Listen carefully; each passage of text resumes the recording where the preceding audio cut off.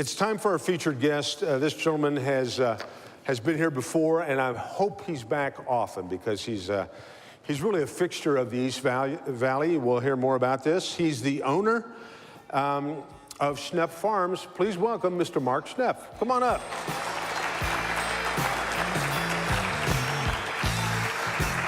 Good morning, welcome, Mark. sir. Good to have you here. Thank you. Well, so let me ask you this. How common is your last name? Oh my gosh, you know, growing up it wasn't very common. I have a hard time going anywhere now where people, they don't necessarily recognize the face, but they recognize the name. It might be in an airport. What's unusual is when I'm out of state and people, I was at a Fry's grocery, not a Fry's, but another Vaughn's grocery store in California, some little town in California, and I walk in and they see my name and it's like, are you connected with Schnepf Farms? And I said, oh, well, as a matter of fact, I am. So That's it's awesome. just, yeah, it's very cool. Well, yeah, when you hear the name, I mean, everybody. Let's do this. Round of applause if you've ever been out to Mark's Farm, Schnepf Farm. Okay, now I'm not sure I believe that, but come on out if you haven't been, because we'd like to have you. That's great. Well, tell us a little bit, give us a little small version of how this all happened. I mean, who'd have thunk it? Who'd have thunk it? It's a family farm. My grandparents started it in 1941, so, you know, we're getting close to our 80-year anniversary. But in the early 90s, I married the beautiful Carrie Biggs, who I'm still married to, and the farm wasn't doing very well. And we were trying to figure out a way. We didn't want to sell the farm. We were trying to figure out a way to kind of make a living at it. And so we decided that we would bring in some entertainment and some educational tours and that sort of thing. And it started on a very small scale, but it's now grown to where we have about 250,000 visitors a year at the farm. We've got lots of projects going on. We're one of the largest agritainment operations in the country. And it's, you know, we're a step below a major theme park, but it's not inconceivable that we won't actually reach that level someday. Wow. You know what? That farm was around before the word agritainment. Carrie and I kind of helped coin that term, and it's in the dictionary now, so. Is it really? It is, it is. That's awesome. Now, give us, for those that are maybe new to the Valley or uninitiated, tell us where you're located physically. We're actually in Queen Creek on Rittenhouse and Cloud Roads there. It's just a short 30-minute drive from here. Of course, it depends on traffic. But it's easy to get to. Will be easier in about 2 years because the town of Queen Creek's getting ready to spend about $26 million on road improvements and infrastructure improvements kind of around in that area of Queen Creek. And so we're gonna have Riggs Road passing by us now with a major intersection or major entrance there, as well as improvements on Rittenhouse with 4 lanes. Would those be onions? No, those are turnips. Oh, okay. Those are turnips. And those kids are so excited to get those. They have no idea what they are, but they're really excited to get those. That's awesome. I was going to say, you grow some really funky looking peaches. I've never seen them coming out of the ground like that before. No, no. So what is that? Obviously, that's one of the crops. Well, it is. We have about a 4-acre certified organic garden, and we do it just for the public. We don't sell to grocery stores. We don't sell to farmers markets. We want the public to come and have that experience right there of picking their own produce, whether it's peaches off of the tree or turnips out of the ground or carrots or whatever the case may be. But that's our niche, is giving people that back to the farm experience. And people, they love that. We do about 20,000 school kids a year that come out on school tours. They get to do that. But we're open every weekend, every Thursday through Sunday, and people can come and pick whatever's in the garden. They pay by the pound. Of course, our big season is peach season. We're the largest peach grower in the state of Arizona. And we have, our peach season goes April and May. And so with our festival, our peach festival, which is an amazing event, we get about 40,000 visitors a year. Wow. Just for peach picking season. So it's a lot of fun, it's crazy. People say, well, how do you do it? And my farmer friends think we're all nuts because we're inviting all this public onto the farm, you know, and they see the liability, and of course there's that there too, but that's what insurance is for. So well, we just do it. Since my mind works different than thankfully yours, and this topic's been broached already twice today, have you ever thought about, are you going to have cannabis? Are you going to have marijuana grow? Because I thought of a perfect name for the festival. Please, okay. Peaches and Herb.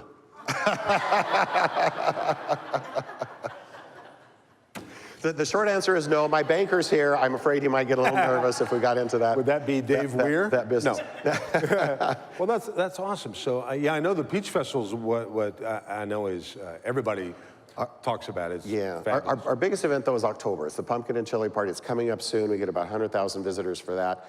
We also have zombie paintball hay rides, which that's a new event. Wait a minute, let's break that down. Zombie? Zombie paintball hay rides. Okay. We have these giant old cotton trailers that we've converted. We mount paintball guns on there. We hire 50 kids to dress up in zombie costumes and get shot night after night with paintballs.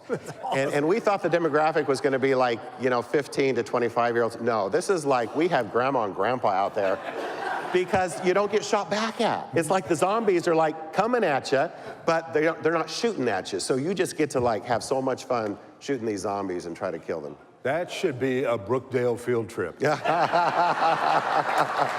would be awesome. Get them all out there.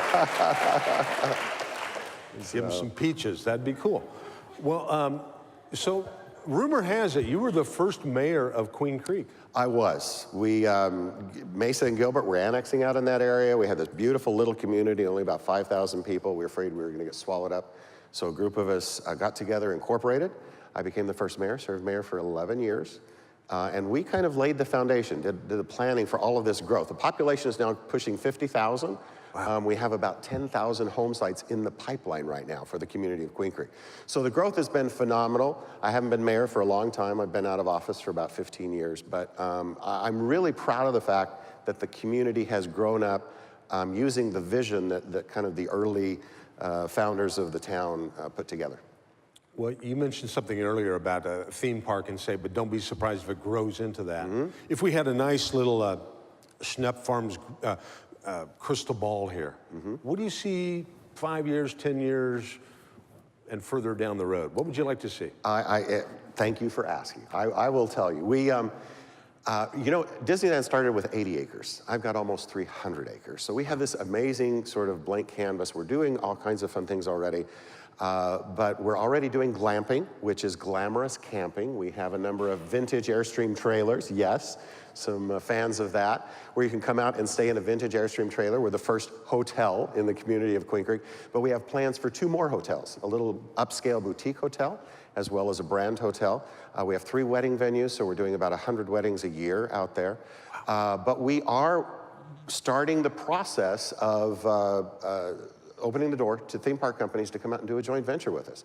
We've got lots of space. We're going to have the roads to get people in and out, and we want to see more amusement rides. In fact, my wife is sending someone up to Colorado today to buy new amusement rides. We have amusement rides on the farm already. There's about 10 of them, smaller rides, but we want to grow that to be, some major coasters and some water rides. And so we'll have overnight accommodations. We'll have the theme park, but we also have kind of this foodie experience. And in Queen Creek, we have what we call the foodie trail. So people can come to our place and get vegetables. The olive mill is right next door. Sauceman Farms is just starting their heritage grains. We have the pork shop down the road.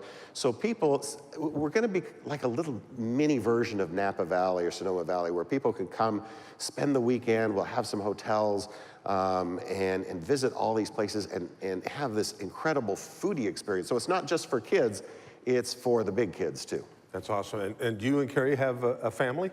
We do. We have 4 kids. Are they all involved in the business? They've all grown up in the business, and they get tired of it, and they go away, and then they say, maybe it wasn't so bad working for mom and dad, and then they come back. So we have a 23-year-old and an 18-year-old working for us on the farm right now. The other 2 are out of the country. So. Wow. Is that by design? Did you ship them out? we want them to have other experiences besides working on the farm here. That's cool. Well, it's been a while since I've been out there, but it sounds like something's changing all the time. All the time. And Carrie and I, we have so many projects.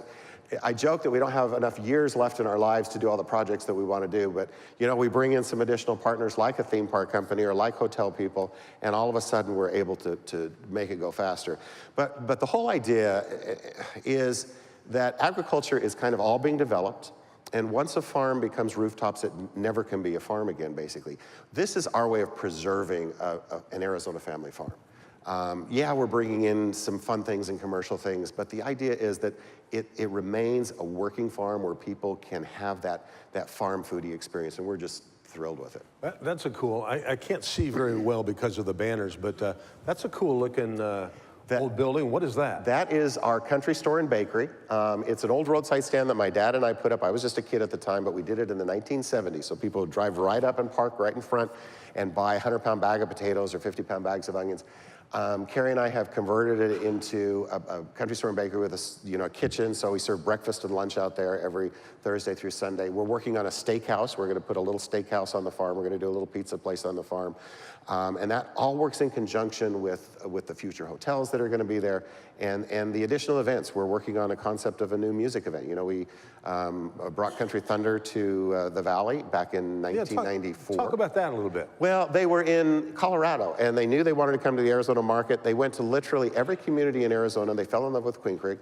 They came knocking on people's doors to find a farmer crazy enough to allow them to come and put 100,000 people on their farm for a weekend. And we were just a little crazy enough to do that sort of thing.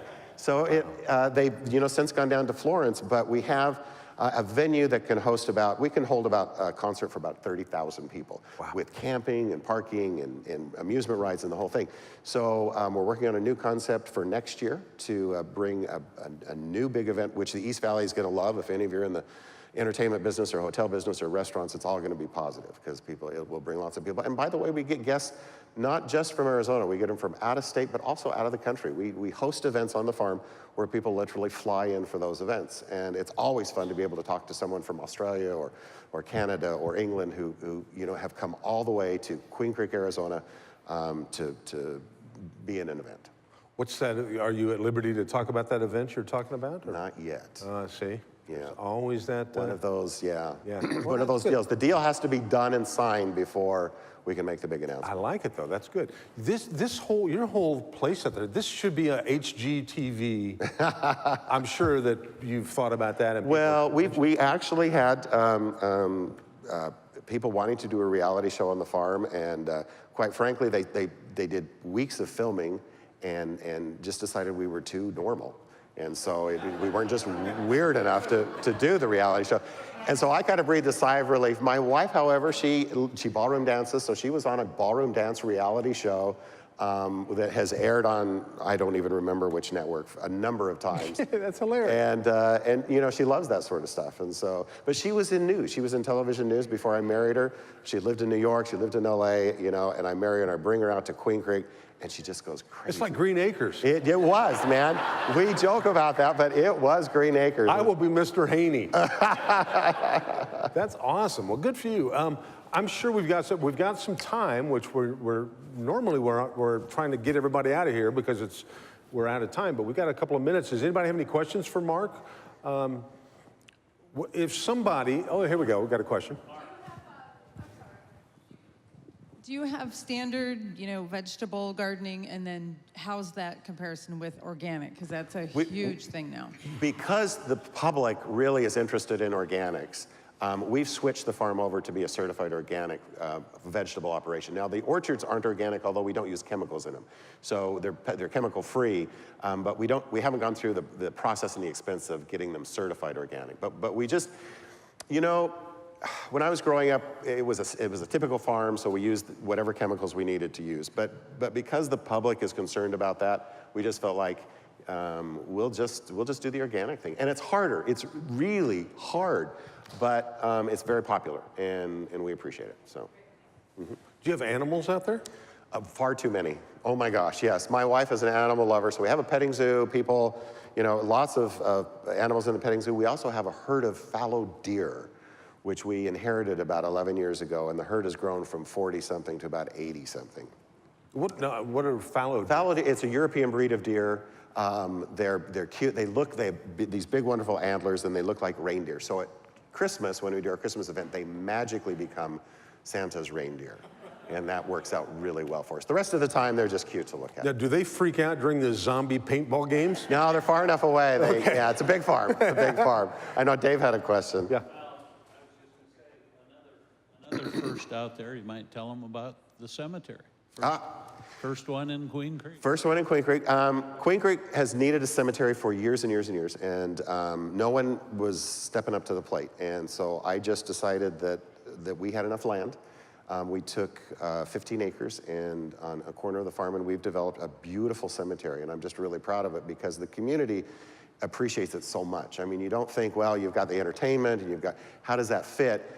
It's a big property, but it fits because the community really needed one. And it feels very satisfying to be able to help people in their time of need with a cemetery. You know, they're very long-term investments.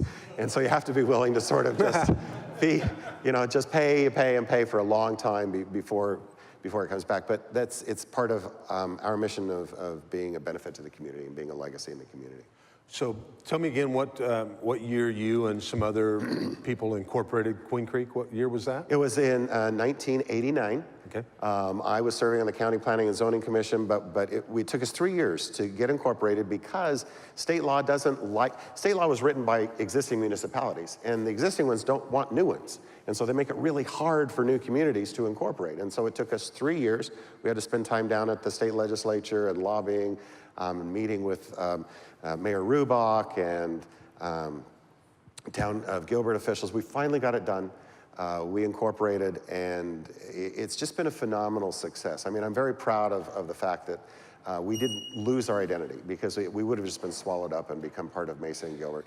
And to Mesa's credit and Gilbert's credit, as soon as we were incorporated, they offered to help us and to help us grow. But it's really enabled us to do the planning that we needed to do to become a quality community. You know, we had giant 600-acre landfills that wanted to be out there.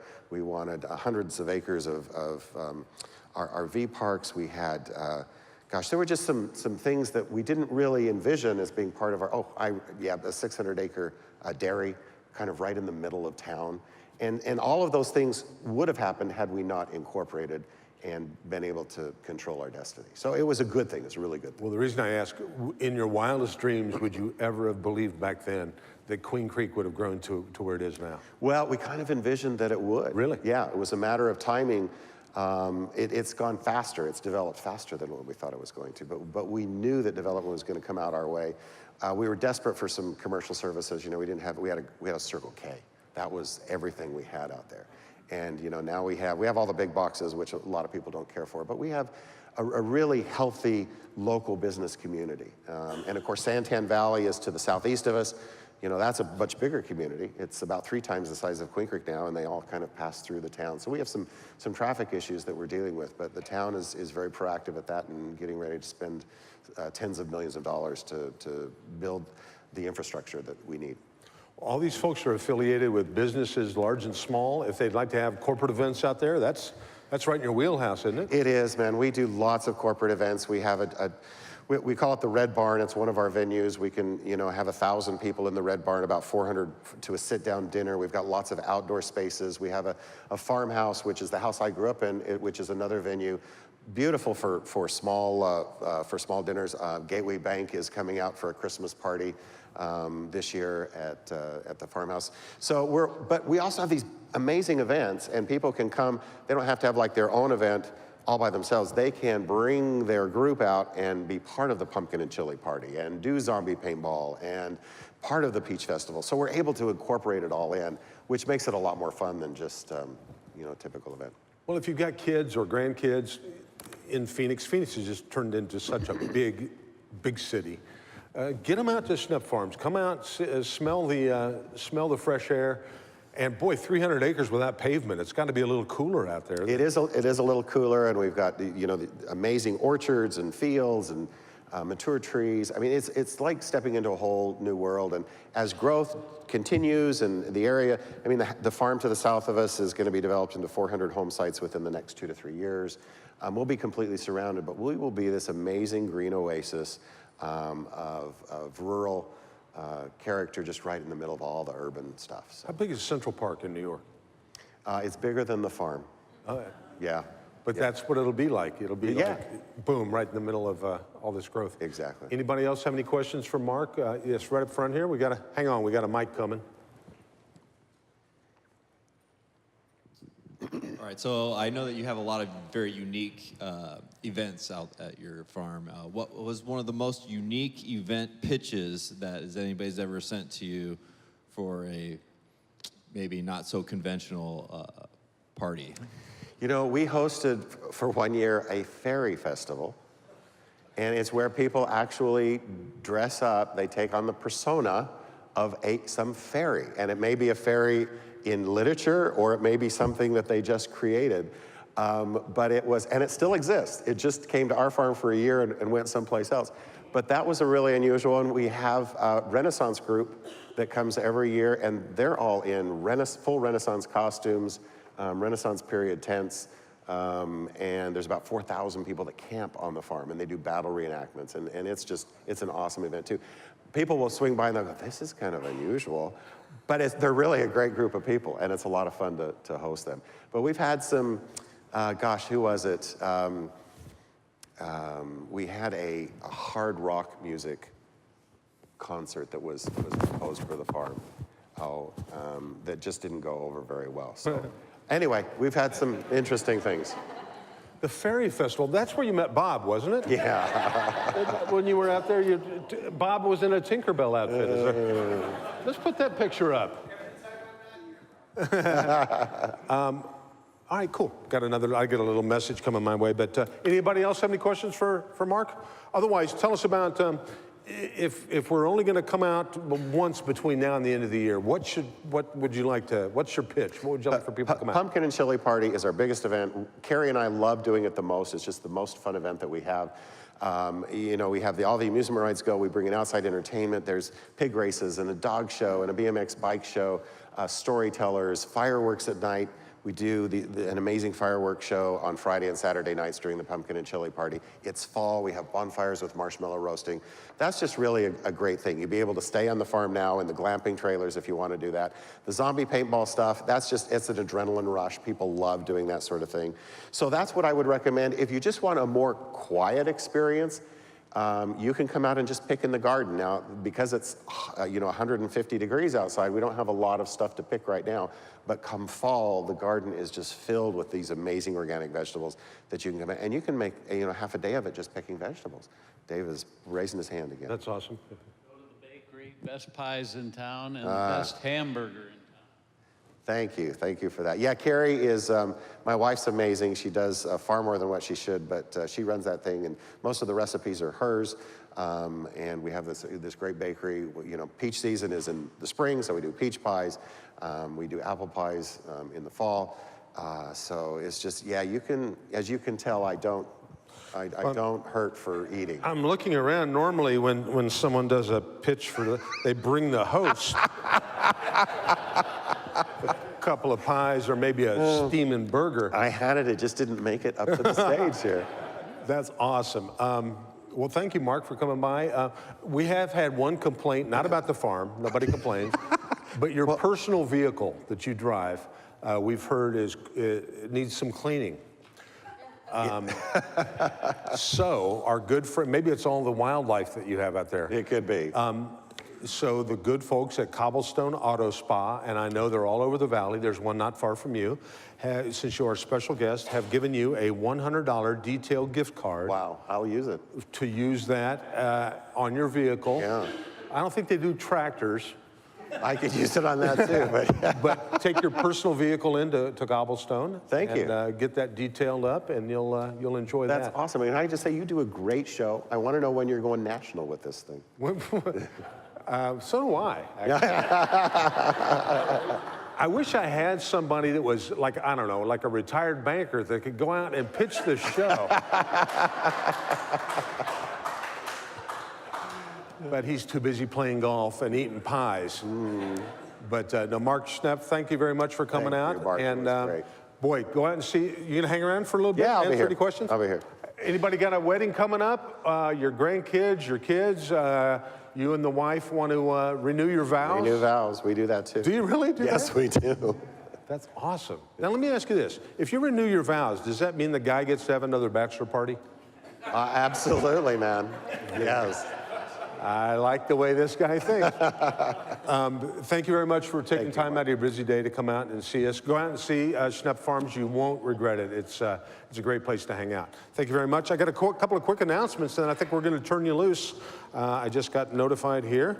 Next month's show will be filmed at Mesa Community College Performing Arts Center. And that's good. So we won't be here next month. We'll be at MCC. Give everybody, because when I say these things, you guys all know it, but Channel 11 is pumping this into thousands of homes here in Mesa. Give us the address, the location for Mesa Community College. Oh, got a microphone?